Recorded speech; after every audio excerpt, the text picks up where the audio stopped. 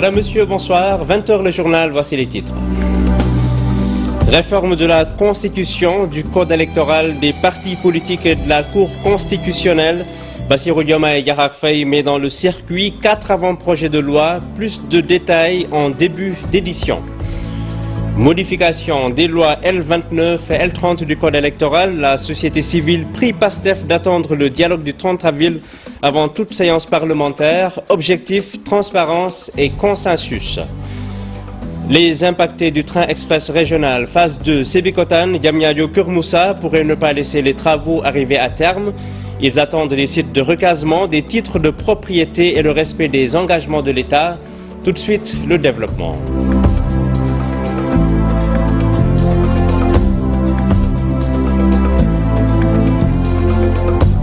D'abord, les réformes institutionnelles. Le président de la République passe à l'offensive. Il a donné son aval pour 4 avant-projets de loi relatifs à une réforme de la Constitution, du Code électoral des partis politiques et de la Cour constitutionnelle, des projets de révision, résultat des travaux du dialogue national sur la justice et les partis politiques. Aminata Mbaresso. Ce sont au total 4 avant-projets de loi qui ont été publiés ce 27 avril par la présidence de la République, des textes pour des révisions institutionnelles majeures et une proposition du chef de l'État. Il s'agit d'un avant-projet de loi portant révision de la Constitution, un projet de loi organique relatif à la Cour constitutionnelle, un nouveau code électoral incluant la création d'une commission électorale nationale indépendante et un projet de loi sur les partis politiques. Ces textes issus du dialogue national sur la justice en 2024 et du dialogue sur les partis politiques en 2025 devrait favoriser des réformes majeures sur 4 axes clés des institutions de la République sénégalaise. Le chef de l'État avait promis de procéder à ces réformes institutionnelles pour donner corps aux recommandations sorties du dialogue. La présidence de la République annonce par ailleurs la création d'une plateforme digitale. Cette plateforme devrait faciliter au grand public l'accès à ces projets de réforme. Acteurs politiques, société civile, juristes, citoyens, l'ensemble des membres de la société sont appelés à débattre sur ces 4 axes pour une consolidation démocratique. Le bras de fer s'intensifie autour de la réforme électorale entre une opposition qui fustige un forcing législatif et une majorité déterminée. La société civile tente d'apaiser le jeu en demandant de surseoir à la séance parlementaire de ce mardi. Elle exhorte le groupe PASTEF à attendre le 30 avril, le dialogue du 30 ans, pour garantir un processus électoral transparent et consensuel. Al-Hassan Ba et Alun Gagne ont assisté ce matin à l'atelier initié par le collectif des organisations de la société civile.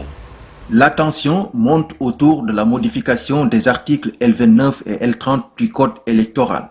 Le groupe parlementaire PASTEF est accusé de vouloir passer en force une démarche dénoncée par la société civile qui l'invite à suspendre ses travaux. Pour les acteurs non étatiques, la priorité doit être le dialogue initié par le ministre de l'Intérieur le 30 avril. Jamais, je dis bien jamais, le code électoral sénégalais n'a fait l'objet de modifications sans concertation préalable. C'est pourquoi nous en appelons à la sagesse du président de la République, à qui le dernier mot revient. Personne n'acceptera ce forcing-là qui est en train de se faire. Ça ne veut pas dire que nous sommes contre la révision. L'opposition, portée par le FDR, dénonce une cacophonie institutionnelle au sommet de l'État. Elle rappelle que c'est la première fois qu'une modification du code électoral semble faire l'objet d'un tel forcing législatif. Là, ce serait mieux, et peut-être même ils vont le faire, parce que quand même, il ne faut pas le ridicule, bon, peut-être ne tue pas, je ne sais pas, mais ils ne vont pas continuer à vouloir modifier le code électoral, que le président de la République lui-même modifie le code électoral. C'est totalement absurde. Si la société civile estime qu'il est nécessaire de répondre à l'invitation du ministre de l'Intérieur, l'opposition de son côté n'y voit aucun intérêt. Ce qu'on appelle la cacophonie, il fixe une date de réunion pour rencontrer les partis. En même temps, le PASTEF qui ne vient pas d'ailleurs à ces réunions-là fixe une date pour modifier le code électoral, alors qu'on doit discuter du code électoral. Donc il y a un non-sens, ce qui fait que pour notre présence à la réunion convoquée par le ministre se pose. Il ne peut y avoir de modification substantielle du code électoral sans consensus. Et donc c'est pourquoi nous en appelons à la sagesse du président de la République pour prendre en main cette question. C'est pourquoi c'est important que l'opposition aille, à mon avis, à la rencontre avec le ministre de l'Intérieur C'est important que l'opposition y participe pour, de vive voix, les yeux dans les yeux, dire au ministre de l'Intérieur ce qu'il pense de cette question. Cet atelier organisé par la société civile vise à échanger sur l'ensemble du processus électoral. Il s'agira d'identifier les points d'accord et de discorde, puis de produire un mémorandum qui sera remis aux autorités. Toutefois, pour l'opposition, un flou total plane toujours sur la tenue des élections territoriales. Mimi Touré, présidente de la coalition Diomaye Président, estime que le président de la République a mis en place un processus bien précis au lendemain de son élection, ce qui prouve à suffisance qu'il est un homme consensuel. Nous l'écoutons au micro de Modou Diop. Le président Bassirou Diomaye Faye, j'ai indiqué sa méthode, en vue de renforcer la dynamique de concertation, a mis en place un processus bien précis depuis 2024. Je dis 2 mois après son élection, il est arrivé au pouvoir en mars. En mai, il a organisé les assises de la justice. Il a d'abord mis en place un comité d'experts avisés sur la question, pour l'élaboration des recommandations consensuelles suite au dialogue sur la justice. Il a ensuite mis un autre comité d'experts suite au dialogue politique de 2025. Des gens qui connaissent également la matière et qui ont assisté au dialogue. Il a ensuite mis en place un comité technique pour fusionner les recommandations consensuelles. Ce n'est pas enfermé dans son bureau. Hein. Troisièmement, et là c'est important de le saisir, il a instruit la mise en place d'un comité de relecture auquel ont participé quand même le président de l'Assemblée nationale, tout ce dont j'ai parlé là. Comité de relecture, le président de l'Assemblée nationale faisait partie du comité. Peut-être que les députés ne le savent pas. Et les députés là doivent savoir que le président à l'Assemblée nationale a assisté à tout ce dont j'ai parlé et que le comité de relecture, il y était. Il y avait avec lui également le président du groupe parlementaire de Pastef, Aïd Dafé, fait partie du comité de relecture. Il y avait également le conseiller juridique du président. Donc tout ça là dont je vous parle, ils en ont parfaitement connaissance, ils sont partie prenante du processus dès le début, ils ont participé au dialogue sur la justice, au dialogue politique, au comité de relecture, etc. Un foisonnement d'initiatives et de réformes législatives et constitutionnelles, sauf que 2 initiatives portent les germes d'un désaccord dans le même camp de l'exécutif de la coalition présidentielle autour de Diomaye Président et le camp de la majorité parlementaire portée par Pastef autour de la coalition APT. Abdoulaye Cissé, bonsoir. Bonsoir Jean-Paul. Sauf conciliation de dernière minute, on est à la veille de quelque chose puisque l'Assemblée nationale est convoquée ce mardi à l'effet de connaître la proposition de loi de Pastef sur la réforme du code électoral. C'est le moment que choisit le président de la République pour rendre public, à la portée du public, 4 avant-projets de loi dont un portant code électoral. Qu'est-ce à dire ? Mais dans les conditions d'un jeu politique normal, il n'y aurait peut-être pas grand-chose à dire, puisque ceux qui ont l'initiative de la loi dans ce pays, on le sait, c'est l'exécutif, le président de la République, le Premier ministre, ou alors l'Assemblée nationale. Donc de porter des projets de loi ou des propositions de loi à l'Assemblée nationale n'aurait rien d'extraordinaire. Sauf que on est quand même ce soir dans ce qu'on peut appeler la nuit des longs couteaux, ou en tout cas une longue nuit de conciliabule, pour éviter au moins une crise ouverte au sommet de l'État.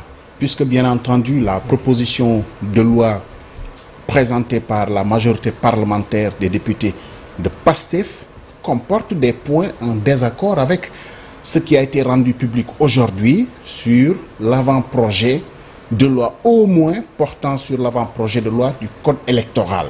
Donc il ne faudrait pas certainement qu'on aille à l'Assemblée nationale en décidant de connaître d'une proposition de loi émanant de la majorité parlementaire Pastef et qui soit en contradiction avec l'initiative du président de la République, notamment sur cet avant-projet de loi portant modification du code électoral. On le sait déjà puisque ça a été rendu public. On sait aussi ce que renferme la proposition de loi de PASTEF. Il y a forcément des points de désaccord. Ce qui est bizarre, c'est qu'ils appartiennent encore au même camp. Et c'est en cela que cela pose problème, en fait, pour connaître de tout ce foisonnement de textes législatifs et de réformes à l'Assemblée nationale. Justement, donc, quelles sont les marges de manœuvre des uns et des autres, notamment du président de la République d'une part, et d'autre part, le PASTEF et sa majorité parlementaire? Bon, on a rappelé ici que dans le principe, l'initiative de la loi appartient au président, au Premier ministre, d'une part, et d'autre part à l'Assemblée nationale par les députés. Sauf que il n'y a qu'une seule façon de voter une loi à l'Assemblée nationale, de la soumettre à une majorité de députés. Or, tout le monde le sait aujourd'hui, le président de la République se réclame d'une coalition Diomaye président, qui n'a aucun député, en tout cas connu, à l'Assemblée nationale. Pour que le président de la République puisse être initiateur d'un projet de loi et qui passe facilement à l'Assemblée nationale, il lui faut avoir des députés pour voter son projet de loi.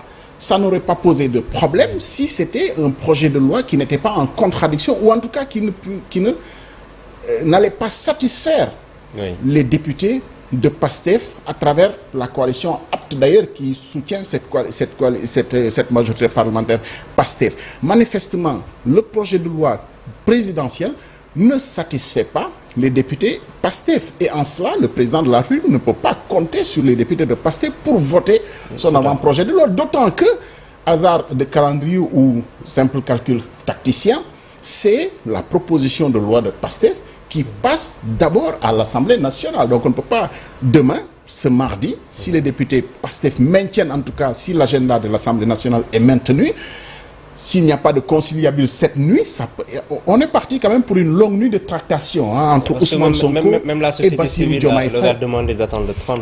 Oui, mais au-delà de ça, on est parti pour une longue nuit de tractation entre Ousmane Sonko et le Premier ministre Ousmane Sonko, président de PASTEF, et le président Bassirou Diomaye Faye, qui se réclame encore de PASTEF, mais qui a mis en place sa coalition Diomaye président.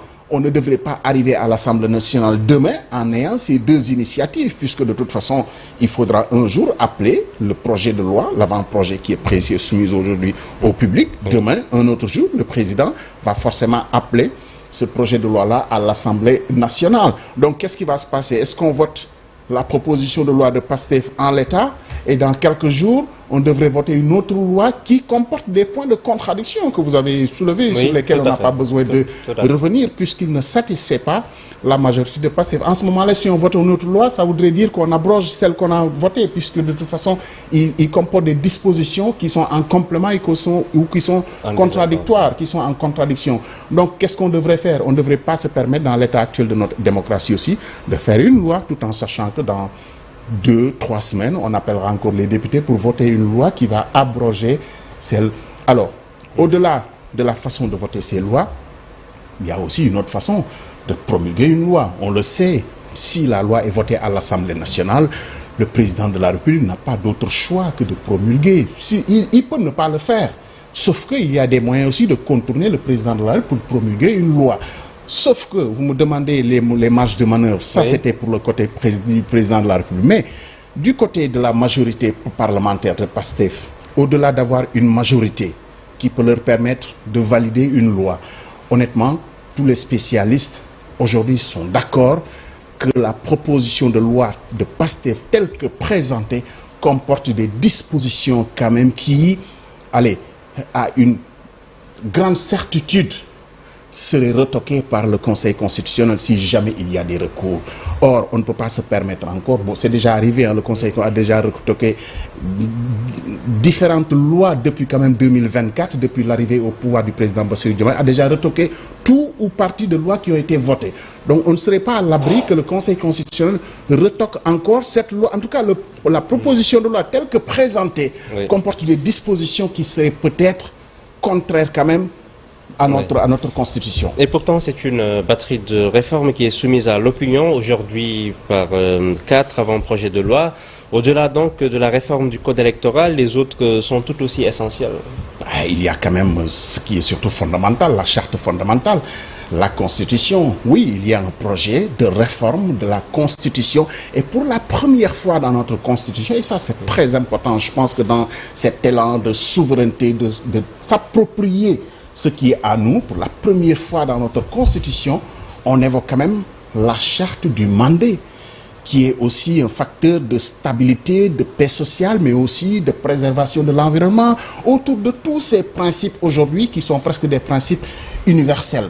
De l'évoquer dans notre Constitution ramène quand même à de l'appropriation, puisque beaucoup de choses que nous faisons est en référence à la Révolution française de 1789. Figurez-vous, cette charte du mandat, elle date de 1222, quand même 6 siècles avant cette Révolution française qui charpente un peu presque notre arsenal juridique et ainsi. Donc ça c'est une avancée majeure de l'appropriation de ce qui est notre essence même d'existence, puisque nous avons en nous des références, et c'est en droite ligne avec l'appropriation de notre histoire, de notre culture. Aujourd'hui quand même, je pense que certains découvriront que nous avons une histoire beaucoup plus ancienne que cette Révolution française de 1689. Un mot sur la crise sécuritaire au Mali, 1 minute.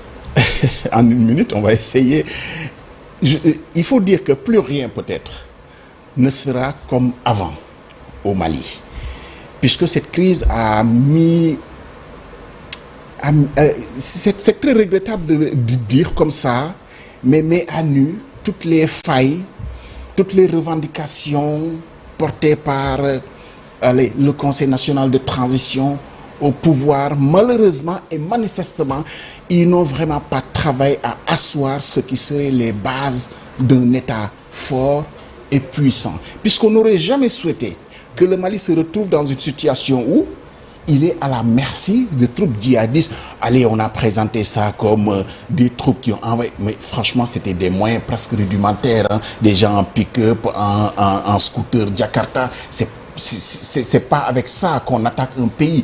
Mais si finalement cette attaque-là, avec ces moyens-là, quelques pick-up, des djihadistes en scooter, ont pu ébranler le Mali au point de décapiter même la hiérarchie militaire, ça veut dire que cet État est fragile. Or, on ne devrait pas quitter une situation, ce Mali de 2012, qui était sauvé in extremis par la France, puisque c'était une situation pareille. Cette colonne de djihadistes avait été stoppée net par le président François Hollande, qui a envoyé 2 mirages qui ont vite stoppé cette progression des djihadistes. Si on a quitté cette situation-là et que la junte, la communauté nationale de transition de Assimi Goïta est arrivée au pouvoir, s'est approprié aussi les biens du Mali et a voulu fonder une nation, un État fort, on ne devrait pas être dans une situation où les djihadistes peuvent se lever un matin et ébranler ce qui fait la structure même du Mali, au point aujourd'hui d'administrer Kidal et de grandes régions du Mali. Aujourd'hui, ce qui reste à cette administration, la centrale du Mali,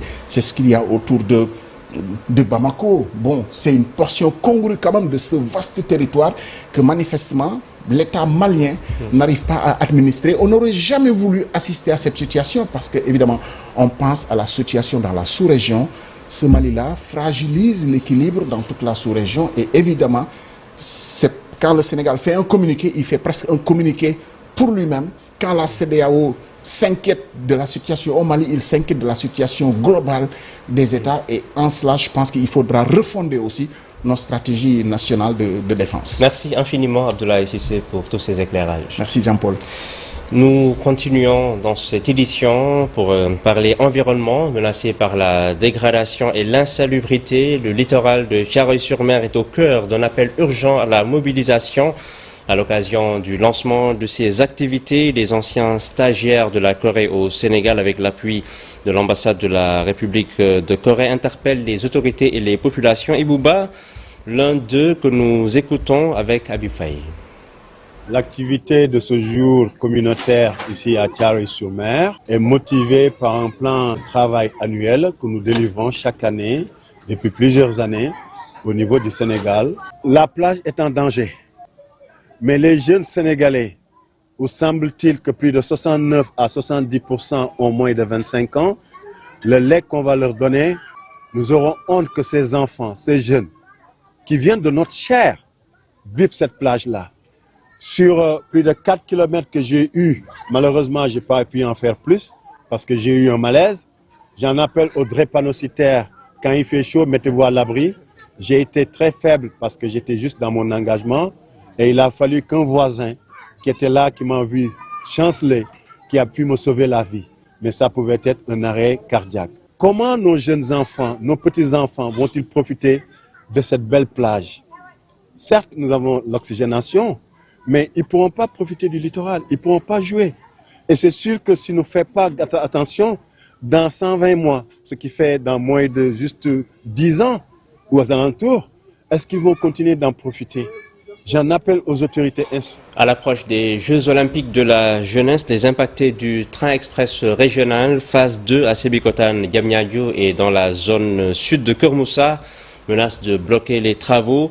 Toujours dans l'attente de sites de recasement, de titres de propriété et du respect des engagements annoncés, les collectifs haussent le ton et réclament la réparation des préjudices subis. Ils ont tenu un point de presse à Sébikotane, compte rendu Abdou Diouf Diagne, Ahmadou Bamba Samb.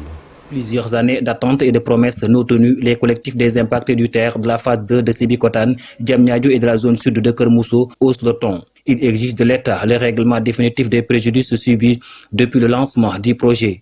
Le site de recasement de Sébikotane n'a bénéficié d'aucune commodité qui pourrait permettre à l'impacté de s'installer. Il n'y a ni eau, ni électricité, ni voirie, avec un accès impraticable qui rend toute construction impossible dans le site. Les impactés de la phase 2 attendent leur acte de propriété depuis des années. L'absence de ces documents empêche toute sécurisation foncière. Depuis des années, les propriétaires de champs attendent la répartition des 42 hectares qui leur ont été réservés. Excédés par la lenteur du dossier, ces populations se disent désormais à bout de patience. Très déterminés, ils menacent de bloquer les travaux du terre à l'approche des Jeux Olympiques de la jeunesse si aucune solution concrète n'est trouvée dans les plus brefs délais. Nous attirons l'attention de l'opinion que ce terre qui doit quitter l'aéroport pour transporter les athlètes à Diamniadio pendant les Jeux Olympiques de la jeunesse passera dans les maisons des impactés qui ne sont toujours pas encore casées. Nous demandons au président de la République du Sénégal de bien vouloir nous recevoir pour mieux s'enquérir de la situation des impactés pour un règlement définitif. Face à la pression grandissante, les impactés appellent les autorités à agir rapidement pour éviter que ce bras de fer ne perturbe un sentier stratégique pour le pays. Partons pour Réfane où les populations saluent le projet de centre de santé mais dénoncent l'abandon du site initial. La construction d'un centre de santé dans cette commune du département de Bambey constitue depuis longtemps une revendication majeure des populations. Babacar Diouf, Nangoniaï. L'idée de construire un centre de santé à Réfane a toujours été une préoccupation majeure pour les populations de cette commune du département de Bambey. Que le ministère de la Santé veuille la réaliser, les habitants s'en félicitent. rafetlu bu baax décision bi ministre bi jël muy tabax centre de santé fii ci commune de Réfane ñu ngi koy rafetlu bu baax. sant yàlla ci décision bi nga xam ne moom la état bi jël. Nous leen ci encouragé bu baax di ci kontaan nag. Ce qui ne passe pas dans la tête de ses habitants, c'est l'abandon du premier site qui a déjà englouti une centaine de millions aux frais des communautés. Site sur lequel nous sommes, en tout cas géographiquement parlant, je pense qu'on ne peut pas avoir un meilleur site que ça, dans la mesure où il y a des villages qui sont derrière, n'est-ce pas, vers l'est. Direction des infrastructures et des équipements médicaux, Diem, à l'époque qui appartenait au ministère de la Santé, a suivi de près tout ce que nous avons fait ici. Donc vraiment, il y a la qualité, il y a les normes requises. Un tel acte tuerait les initiatives communautaires dans la zone avertie. Djibril Thiaw, le maire. Valoriser l'initiative citoyenne, ensuite aller plus vite. Je pense que l'État, le ministre des Infrastructures, nous lui demandons de venir avec l'enveloppe qui était destinée à la construction du centre de santé de Réfane pour terminer ces travaux-là. Une audience entre les communautés et les ministères concernés serait bénéfique. Deux demandes d'audience. J'allais même dire coécrit. La mairie de Réfane accompagnée par l'association de solidarité et d'action pour le développement de Réfane. Dans tous les cas, les populations de Réfane ont besoin de ce centre de santé qu'elles avaient déjà commencé à construire sur fonds propres. Direction Ziguinchor pour évoquer ces difficultés qui freinent drastiquement les efforts économiques des femmes de Kafountine. Face aux nombreuses difficultés qui ralentissent leurs activités économiques, notamment le manque d'infrastructures de transformation des produits halieutiques et agricoles, les femmes des 19 villages de la commune ont demandé à la ministre de la Famille de leur venir en aide. Boubacar Diassi, Lamine Magnan. À cause d'un certain nombre de difficultés auxquelles elles font face, les femmes de la commune de Kafountine, qui travaillent dans les secteurs économiques comme ici sur le quai de pêche, ou encore dans la transformation des fruits et légumes, profitent de la venue du ministre de la Famille pour lui exposer ses difficultés. Nous sommes convaincus que la formation technique des femmes, associée à une unité moderne de transformation, permettrait d'améliorer considérablement la quantité et la qualité des produits et services locaux. La présidente des femmes de cette commune, réunie au sein du réseau des femmes actives, s'adresse à la ministre de la Famille lors de ce forum que Maïmouna Dieye a présidé aux côtés du maire de Kafountine. On ne peut que vous rassurer de notre engagement pour soutenir l'action du gouvernement, soutenir ce que vous êtes en train de faire pour les femmes, pour renforcer l'autonomie économique des femmes et le modèle que vous prônez. Ce forum est une étape pour une finalité. Pour porter notre ambition vers de nouveaux sommets, le ministère s'engage encore une fois sur deux axes majeurs, la formation et l'accès accru au financement. Nous allons vous accompagner pour transformer vos GIE en entreprises formelles. La ministre de la Famille a promis de dupliquer le modèle économique des femmes de Kafountine dans plusieurs autres départements du pays. Pour la modernisation de l'état civil au Sénégal, 28 millions d'euros, soit 18 milliards de francs CFA investis par l'Union européenne au Sénégal. Cet argent a servi à construire des centres d'état civil, à acheter des ordinateurs, pour ne citer que cela, afin que l'état civil au Sénégal soit sécurisé et accessible à tous. Matar Ndao, directeur général de l'ANEC, avec Fatou Bintou Kanté. On est venu de faire, quand on parle de capitalisation, ce n'est rien d'autre qu'un retour d'expérience. Alors, c'est de constater ce qui fonctionne et de mettre le doigt sans détour dans ce qui n'a pas fonctionné. Donc, pour nous servir de base d'amélioration. Donc, c'est ça la capitalisation. Donc, ce qu'on peut noter en global, donc l'objectif a été atteint, mais il reste quand même des améliorations à faire. Du point de vue bâtiment, donc c'est d'essayer de le terminer. Par contre, dans tout ce qui est informatisation, je parlerai là de la digitalisation. Donc il y a l'aspect de la connectivité, donc qui pose énormément de problèmes à travers le pays. Mais aussi, donc en fait, il y a des centres où l'internet a été installé, c'est des boîtiers, ce qu'on appelle en fait les modems. Mais le circuit n'a pas été exhaustif. Donc ça dit qu'on peut dire qu'il n'y a pas d'Internet. L'Internet est très lent. C'est ce qu'on appelle, nous, en informatique, la haute disponibilité. La chorale Saint-Pierre de Grand Dakar, vainqueur de la 4e édition de la finale du concours Gospel School Family, qui a tenu toutes ses promesses ce week-end au Théâtre National Daniel Sorano, dans une ambiance de ferveur et de partage. 5 établissements scolaires se sont affrontés lors d'une finale riche en couleurs entre harmonie vocale, prix de la présence scénique et trophée de la meilleure harmonie. L'événement confirme son succès grandissant auprès de la jeunesse. Écoutons l'initiateur Joseph Diatta. particularité reste sur le fait que nous avons eu 5 écoles qui ont participé à la finale et 7 à la phase éliminatoire. Donc nous sommes à notre 4e édition et nous savons bien que les écoles viennent de plus en plus s'inscrire à ce concours.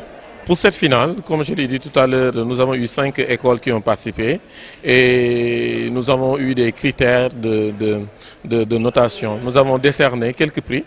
Nous avons décerné d'abord le prix du vainqueur, le prix de la présence scénique, c'est-à-dire que l'école qui s'est donnée plus sur scène. Nous avons attribué aussi, nous avons décerné un autre prix, c'est le prix du jury. Et nous avons décerné un autre prix, l'autre prix, le dernier prix, c'est le prix de la meilleure harmonie vocale. C'est-à-dire l'école qui a mieux chanté, l'école qui a mieux harmonisé. Donc ce sont les prix que nous avons décernés et c'est ce qui fait en fait toujours sa particularité. Cette année, vraiment, nous avons fait 2 phases et nous sommes très contents de terminer cette édition. C'est tout pour cette édition. Merci infiniment de nous avoir suivis, mais restez avec nous dans une poignée de secondes. Nous recevons dans Soir d'Info son Excellence Karine Elisabeth Roberts, ambassadrice du Royaume-Uni au Sénégal depuis août 2015.